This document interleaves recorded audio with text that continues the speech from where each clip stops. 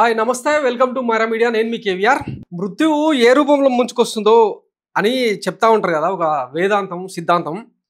ఇవాళ పొద్దుగాల తెలంగాణలో రంగారెడ్డి జిల్లాలో మీర్జాగూడ పరిధిలో జరిగిన ఒక ఇన్సిడెంట్ అందరినీ నివేరపరిచేలా చేస్తూ ఉంది. యావత్ దేశం మొత్తం ఉలిక్కి పడేలా చేస్తూ ఉంది.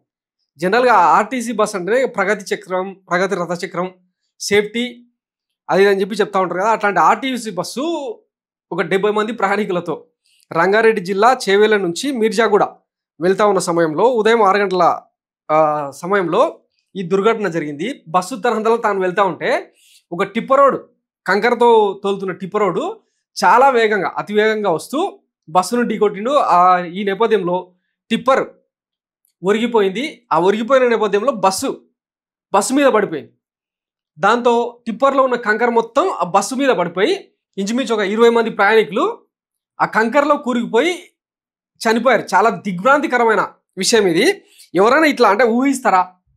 మొన్న వేమూరి కావేరి ట్రావెల్స్ అంటే అదొక తీవ్రమైన దుర్మార్గం.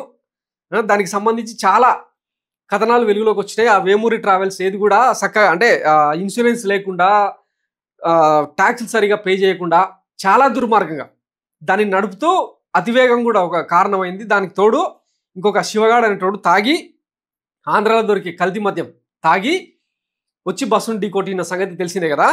దాంతో పోలిస్తే ఇది ఇంకా దారుణం. జనరల్గా ఆర్టీసీ బస్సులు మహా అయితే లాక్కుంటుంది 60-70కి మించి స్పీడ్ కూడా పోదు. అట్లాంటి బస్సు ఈరోజు యాక్సిడెంట్కి గురై 20 మంది ప్రాణాలు తీసిందంటే అసలు నమ్మేటట్టుందా? ఎంత దారుణం, ఎంత విషాదకరం. 70 మంది ప్రయాణికులతో తాండూరు నుంచి హైదరాబాద్ వస్తున్న ఆర్టీసీ ఎక్స్ప్రెస్ బస్సు సరిగ్గా మీర్జాగూడ దగ్గరకు రాగానే రాంగ్ రూట్లో ఆర్టీసీ బస్సుకు కంకర లోడుతో వెళ్తున్న టిప్పర్ ఎదురుగా రాంగ్ రూట్లో వచ్చింది. రాంగ్ రూట్లో వచ్చిన కంకర టిప్పర్ ఆర్టీసీ బస్సును సైడ్ నుంచి వేగంగా బలంగా ఢీకొట్టింది. టిప్పర్ ఢీకొట్టిన దెబ్బకు ఆర్టీసీ బస్సు ముందు భాగం నుజ్జునుజ్జైంది. టిప్పర్ ఆర్టీసీ బస్సుపై పడింది. అంతే క్షణాల్లో టిప్పర్లోని టన్నుల కొద్ది కంకర అంతా ఆర్టీసీ బస్సులోని ప్రయాణికులపై పడింది. ఇదంతా క్షణాల్లో జరిగిపోయింది. టిప్పర్లోని కంకర అంతా బస్సును నింపేసింది. కొంతమంది ప్రయాణికులు కంకర కింద సజీవ సమాధి అయిపోయారు. మరికొంతమంది ప్రయాణికులు కంకరలో కూరుకుపోయారు. ఆర్టీసీ బస్సు డ్రైవర్ సైడ్ ఉన్న ప్రయాణికులంతా కంకర ఒకసారిగా పడిపోవడంతో వాళ్ళంతా ఇది మీద పడి ఊపిరి ఆడక సజీవంగా సమాధైపోయారు. ఆర్టీసీ బస్సును కంకర లోడుతో వెళ్తున్న టిప్పర్ ఢీకొని ఆగిపోయి ఉంటే ఇంతమంది చనిపోయే వాళ్ళు కాదు. టిప్పర్ బస్సుపై పడి టిప్పర్లో కంకర బస్సులో నిండిపోవడంతో ఈ మృతుల సంఖ్య ఇంచుమించు 20కి పెరిగింది. ఈ ఇన్సిడెంట్లో మరీ దుర్మార్గం ఏంటంటే ఒకటే కుటుంబానికి చెందిన 3 కూతుళ్ళు, 3 అమ్మాయిలు ఈ ఘటనలో ఇదే కంకర కింద కూరుకుపోయి చనిపోయారు. పాపం ఆ తల్లిదండ్రులకు ఇప్పుడు కడుపుకోత. పాపం ఎదిగొచ్చిన కూతుళ్ళు కళ్ళ ముందర ఇట్లా విగత జీవులుగా మారడం అత్యంత విషాదకరం. సో ఒక్కడి నిర్లక్ష్యం 20 మంది ప్రాణాలకు కారణమైంది. మొన్న శివగాడు, ఈరోజు ఈ టిప్పర్ డ్రైవర్. ఇంకా ఎన్ని దుర్మార్గాలు చూడాలి?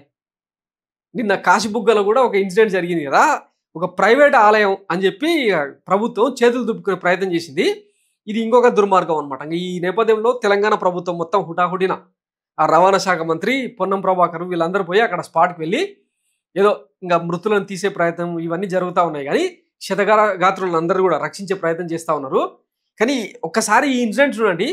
సంబంధం లేకుండా ఎవడో చేసిన తప్పుకు ఇంకెవరి ప్రాణంలో బలైతా ఉంటాయి. అది కూడా ఇప్పుడు ఈ కంకర్లో కూరుకుపోయిన వాళ్ళను ఒకవేళ రక్షిద్దామన్న ఛాన్స్ లేదు.